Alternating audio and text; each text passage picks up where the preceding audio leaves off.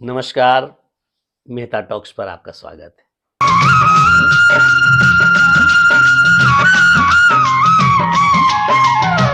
कोई है पराई किसी से मिलन है।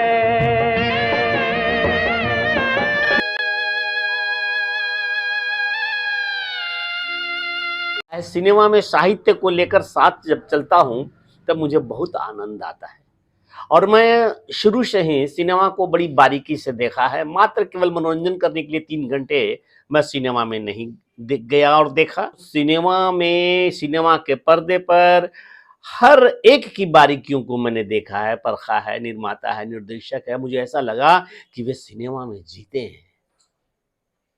सिनेमा के कहानी को लिखने वाले जो कथाकार हैं, जो संवाद लिखते हैं, उन बातों तक भी मैं पहुंचा हूं और अच्छा लगा है मुझे। और सिनेमा से संबंधित कई बातों को समय समय पर पत्र पत्रिकाओं में मैं लिखता रहा हूं। अपनी टिप्पणियां जब जगह मिली तो धर्मयुग में भी लिखा। वैसे धर्मयुग में बाहर के लोग लिखते नहीं हैं, लेकिन कभी कुछ ऐसी बात आ गई या ऐसा कुछ अवसर मिला कि जिसमें पाठकों की राय मांगी गई हो, तो वहां राय देने से चूका नहीं।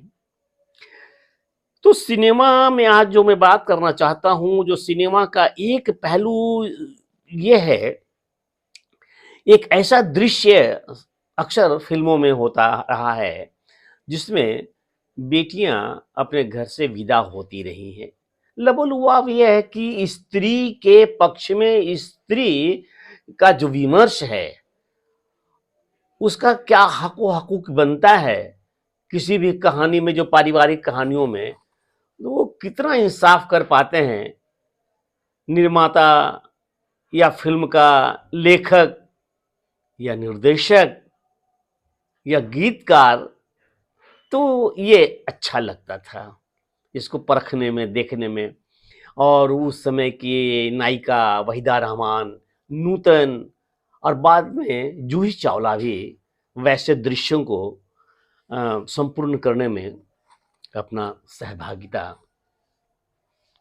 दिखाई है। आज मैं बात करता हूं एक ऐसी फिल्म की जिसमें कि इतना पैथेटिक है, ऐसा लगता है कि फिल्म के दर्शक भी आह करके रह जाते हैं। उस फिल्म के विषय में मैं ये कहना चाहता हूं, जितना दर्शक को तकलीफ नहीं हुई, जितना दर्शक देख करके दुखी नहीं हुए, उससे अधिक वो जो टीम थी पूरी, उस फिल्म के उस भाग का फिल्मांकन करने के बाद जब वो टेक ओवर हुआ और ओके कहा गया ताराचंद, ये सूरजचंद बड़ाजात्या के द्वारा, तब लोग जो रोए, जो मुर्दनी छा गई। हर कोई, हर कलाकार, हर टेक्नीशियन, हर सहायक उदास हो गया।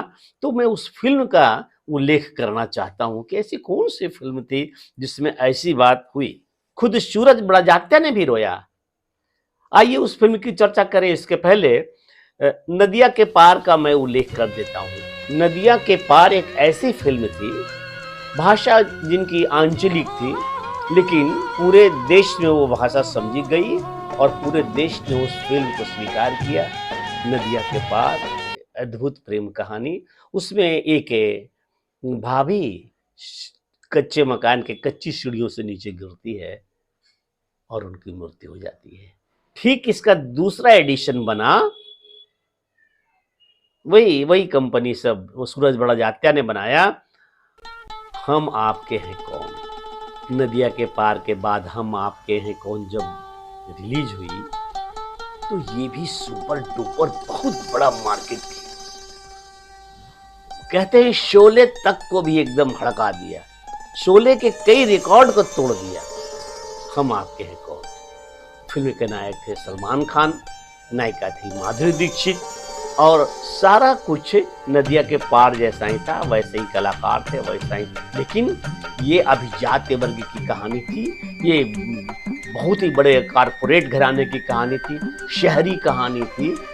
वह गांव के पृष्ठभूमि की फिल्म थी, ये महानगर के कैनवस पर उकेरी गई फिल्म थी। खूबी यह थी कि भावनाओं को थोड़ा भी कहीं कुंठित नहीं होने दिया गया। फिल्म की आत्मा को कहीं भी छेड़ा नहीं गया और जबरदस्त हम आपके हैं कौन साबित हुई थी। तो सलमान खान की भाभी रेणुका शहाणे थी और माँ रीमा लागू। अदृश्य वही सीढ़ियों पर से गिरने का और उनकी मृत्यु रेणुका साहनी ही जानती थी कि उनकी छोटी बहन माधुरी दीक्षित और सलमान के बीच में प्यार के अंकुर फूट करके एक पुष्प के रूप में खिल रहा है। और दुर्भाग्य ऐसा होता है कि सीढ़ी से वह उस दिन उसका वो दृश्यांकन होना है, शूटिंग होनी है, सीढ़ी से गिर करके उनकी मौत होनी है रेणुका साहनी की। रेणुका साहनी जब सेट पर पहुंचती है और बाद में वह एक इंटरव्यू में बताती है कि सारे लोग देखे मेरे पहुंचने के बाद, वो मुझे देख रहे हैं, उदास से हैं। मैं देखा भाई क्या बात है सबको, तो पता चला कि कुछ गमगीनी बात हो गई थी कि आज रेणुका साहनी की मृत्यु सीढ़ी पर से दिखाना है। इसके लिए सभी बड़े सहमे से थे। और कई बार वो रेणुका साहनी कहती हैं कि कई बार फिल्म के निर्माता निर्देशक सूरज सर जी ने उनसे कहा रेणुका साहनी से कि सॉरी सॉरी। ये घबरा गई रेणुका साहनी कि आज इतने सॉरी सॉरी क्यों कर रहे हैं, ये तो फिल्म के स्क्रिप्ट का एक हिस्सा है, मुझे मर जाना है, फिल्म की कहानी है। लेकिन पता नहीं क्यों, इसलिए कि ऐसे लोग जो फिल्म बनाते हैं निर्माता निर्देशक, वो फिल्म का जीवन, अपना जीवन को एक रूपता, एक समन्वय स्थापित कर लेते हैं, तब कहीं ऐसा कोई फिल्म तैयार होता है। हम आपके हैं कौन। और दर्शक भी यदि अपने आप को सिनेमा हॉल में बैठकर कुर्सी पर उनसे बांध देता है तो सच पूछिए वो फिल्म निर्माता का मेहनत सार्थक हो जाता है। ऐसे बहुत दर्शक होते हैं। हाँ, मेरा भी सौभाग्य रहा है कि फिल्मों को देखते समय मैं बिल्कुल एकात्म हो जाता रहा हूँ। फिल्म के निर्देशन पर, फिल्म के लेखन पर, उनके गीत पर, उनके एक्शन पर, डायरेक्शन पर मैं एक-एक चीज़ पर समय रहते हमेशा ध्यान दिया हूँ। कुछ छूट जाता होगा, कुछ चूक जाता होगा, अलग बात है, लेकिन इसीलिए सिनेमा हॉल में मैं बराबर चुप और खामोशी से। और सबसे बड़ी बात है कि सिनेमा में कहते हैं कि अकेले क्या देखने की चीज़ है, 5 लोगों के बीच में, 4 लोगों के बीच में, 2 लोगों के साथियों के बीच में सिनेमा देखा जाए, लेकिन मैं कभी ऐसा नहीं किया। प्रायः सिनेमा जब भी गया तो अकेले ही जाने की कोशिश किया।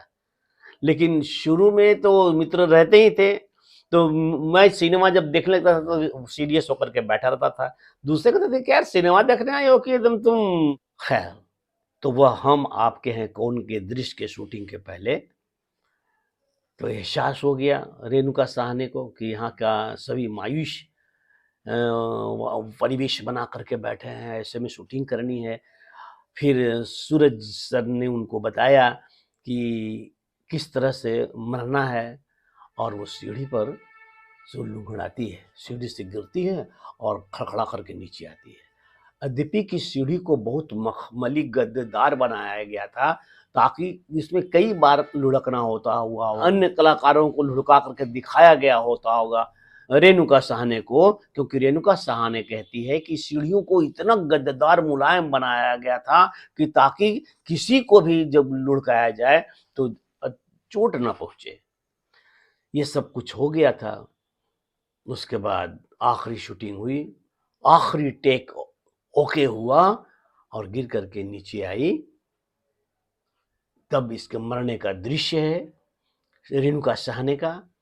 इनको मरने के लिए कहा जाता है, सूरज ब्रज आत्या बोलते हैं कि देखो तुम अपने पूरे चेहरे पर कोई भाव नहीं लाना है, शरीर को शिथिल छोड़ दो, सांस एकदम एक जैसा लेते रहो, घबराने की बात नहीं है, सांस एक जैसा लेते रहो और आंख को फड़फड़ाने नहीं दो। हम आपके कौन में हैं, जब रेणुका साहनी की मृत्यु हुई तो यह मौत और अन्य प्रकार के मौत में अंतर यह है कि इनके पलक पूरी मूंदी नहीं हुई होती है, अधखुली रहती है और मृत्यु की घोषणा हो जाती है, ओके होता है टेक। ये दृश्य जैसे ही ओवर होता है उसके बाद सबकी घिघी बन जाती है। विशेषकर रीमा लागू अपने कमरे में चली जाती है, जहाँ पर मेकअप होना होता है मेकअप रूम में, और वो बहुत देर तक रोती रहती है। जाकर के समझाती है रेणुका साह ने कि ताई, सो ऐसा भी क्या बात है? लेकिन सब पता नहीं क्यों इस फ़िल्म पर इस दृश्य के वो शूटिंग में सभी के सभी भावुक थे। दिलीप जोशी भी उस फ़िल्म में थे। वही दिलीप जोशी का अर्थ हुआ तारक मेहता का उल्टा चश्मा में जो वो जेठालाल जी हैं, वे भी रोने लगे, वे भी रो रहे थे। हर कोई। तो कभी-कभी ऐसी ये सिचुएशन आ जाती है फ़िल्मों की शूटिंग में कि सभी ए ए ए एक भाव, एक ढंग की सोच, एक ढंग का, तो ऐसी स्थिति में वह कार्य, वह जो जॉब है, सो एकदम सुपर डुपर हिट होकर के परिणाम देता है। क्योंकि सारी शक्तियाँ, सारे फोर्सेस एक एंगल पर लगता है, तो निश्चित रूप से वो फलदायी होता है। तो ऐसा करना होता है, ऐसा होना होता है। बहुत पहले ऐसा नहीं होता था। कोई हँस रहा है, कोई रो रहा है, किसी को मरने का दृश्य है, तो कुछ नहीं, डाँटा जाता है तो कोई हँसी किसी की बंद होती है। इनको रोना कहा जाता है तो वो हँस देती है।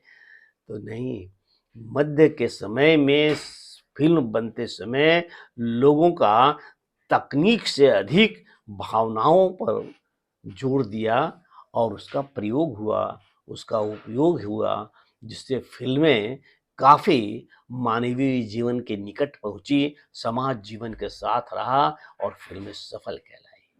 आशा है हिंदी फ़िल्म पर मेरी छोटी-सी यह टिप्पणी, यह छोटी-सी राय आपको पसंद आई हो तो इस तरह की बातें, फ़िल्मों से संबंधित बातें करने के लिए आप मेरे कमेंट्स पर लिख सकते हैं, बता सकते हैं कि किस फ़िल्म के विषय में मैं क्या कहूँ। कृपया आप इसको लाइक कीजिए। अभी तक जिन्होंने सब्सक्राइब नहीं किया है, तो वो सब्सक्राइब कर लें और बेल आइकन दबा दें, ताकि अपना नोटिफ़िकेशन आपको हमेशा मिलता रहे। धन्यवाद। नमस्कार।